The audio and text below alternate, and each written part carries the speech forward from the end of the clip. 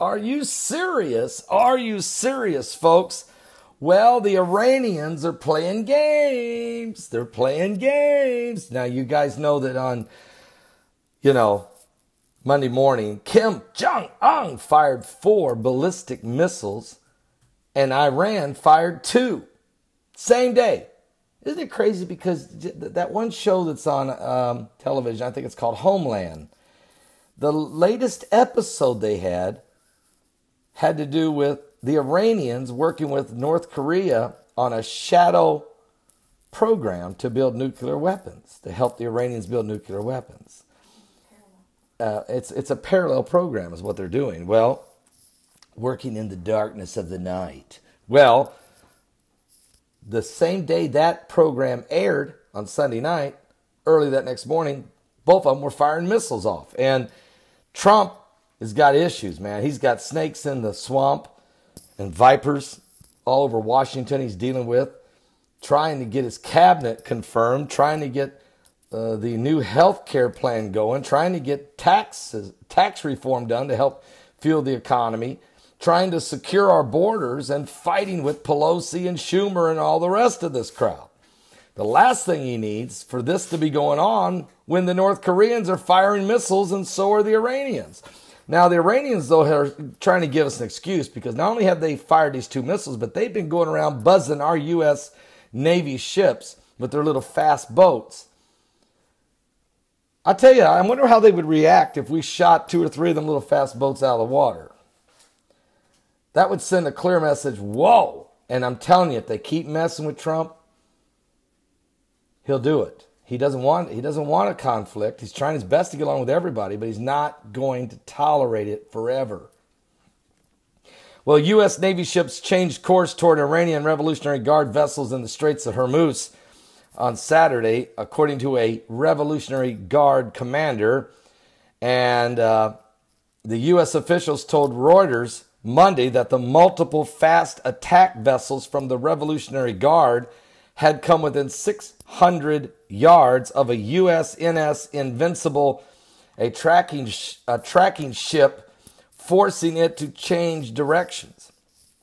But Iranian Revolutionary Guard Commander Midai Hashami said that the incident, the first of note between the countries in those waters since January, was the fault of the U.S. ship, telling the Fars news agency the unprofessional actions of the Americans can have irreversible consequences.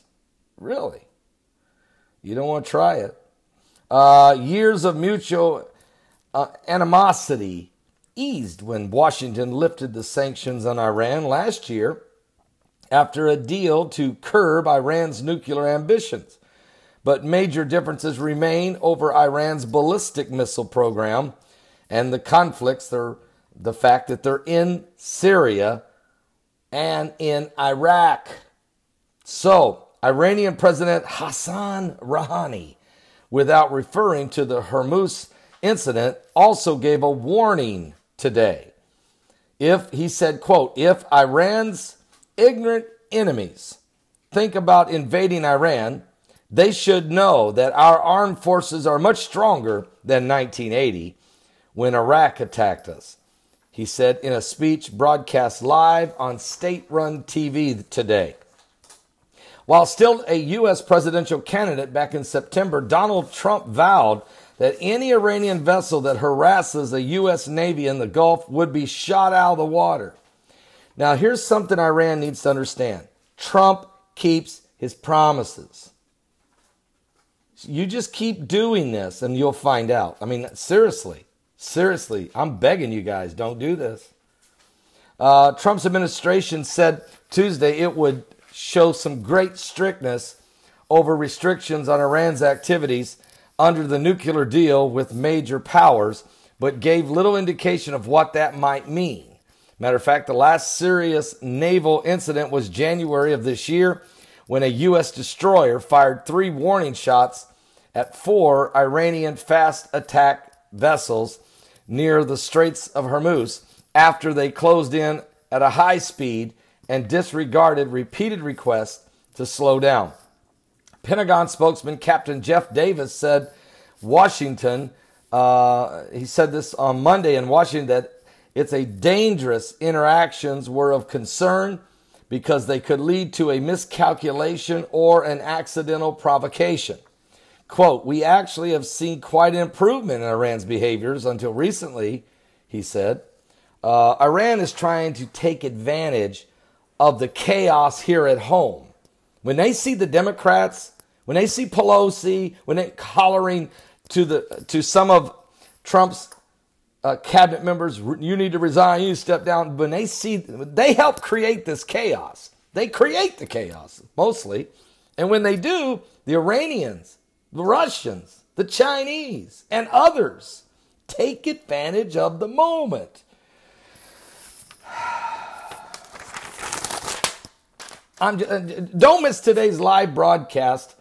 We're going to talk about the New World Order some, and no doubt about it. Our guest is Dean Ryan. He used to be with InfoWars and Alex Jones. We're going to try to get some understanding what this shadow government really is all about, working in the weeds. And why is Obama still in Washington? Why did he set up shop 2 miles from the White House with Valerie Jarrett? And who knows who else? Is Bill Ayers going to move in next? I mean, who all's involved? Eric Holder? Loretta Lynch? Who else is going to show up there in that quiet place down the road? I'll be back with more current world events and how they relate to biblical prophecy. Calm down, everybody, including the Iranians. Get some coffee, Iran. Do you guys drink coffee over there? Calm down before you get shot down. Get out of the waters. Don't be coming near us. We're living in the last days, and we will protect this nation. And we have to. We have to. These are the last days. Give your life to Jesus Christ. Folks, we're running out of time. I'm serious. Get saved.